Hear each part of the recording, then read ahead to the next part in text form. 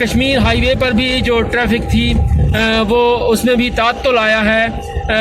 مخصوص افراد کو داخلے کی اجازت دی گئی، البتہ جو عمومی افراد ہیں انہیں یہ کہا گیا کہ وہ اسلام آباد کی طرف نہ آئیں اور اپنے گھروں میں رہیں.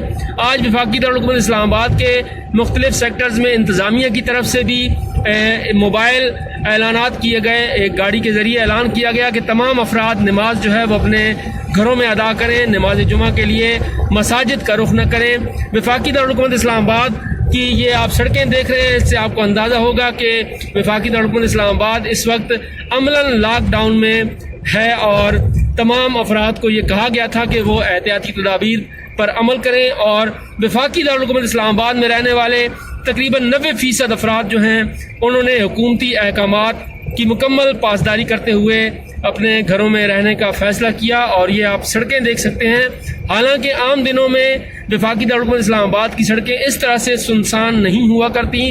یہ یا صرف اور صرف آپ کو عیدوں پہ نظر آئے گا یا مذہبی تہواروں پہ نظر آئے گا کہ لوگ جو پردیسی ہیں وہ اپنے علاقوں میں جاتے ہیں تو اس طرح کا سناٹا ہوتا ہے اسلام آباد میں. لیکن آپ یہ دیکھ سکتے ہیں کہ ابھی کوئی عید نہیں ہے، صرف کرونا وبا کی وجہ سے حکومت نے جو احتیاطی تدابیر کہی تھیں وہ اختیار کی گئیں اور لوگوں نے یہاں پر ذمہ داری کا مظاہرہ کیا. یہ ایک طرف آپ کو یہ وزارت خارجہ اور ریڈیو پاکستان کی بلڈنگ نظر آ رہی ہوں گی اور جو کہ یہ درختوں کے جھنڈ کے پیچھے ہے، تو دوسری طرف آپ کو یہ ڈپلومیٹک انکلیو نظر آ رہا ہے.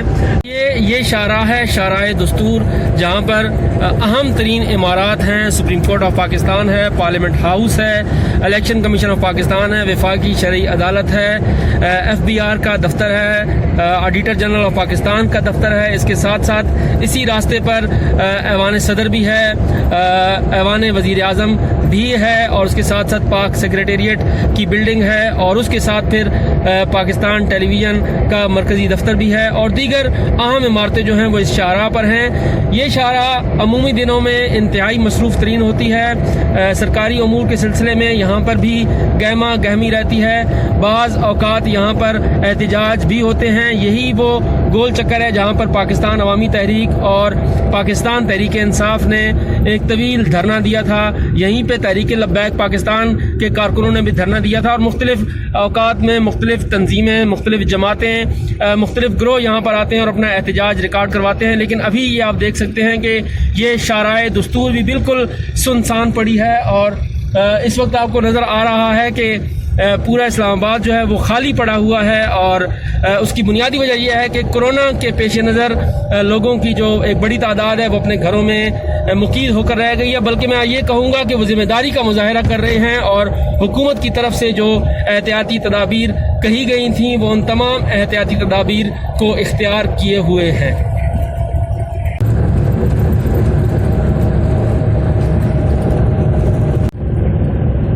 دوستو دیکھیں آپ نے وفاقی دارالحکومت اسلام آباد کے مناظر کے لوگ کس طرح سے ذمہ داری کا مظاہرہ کر رہے ہیں اور اپنے گھروں میں وہ اس وقت موجود ہیں. میں بطور ایک صحافی فیلڈ میں موجود ہوں کیونکہ ہم نے حقائق بھی آپ تک پہنچانے ہیں، احتیاطی تدابیر بھی اختیار کرنی ہے اور آپ کو بھی بتانا ہے.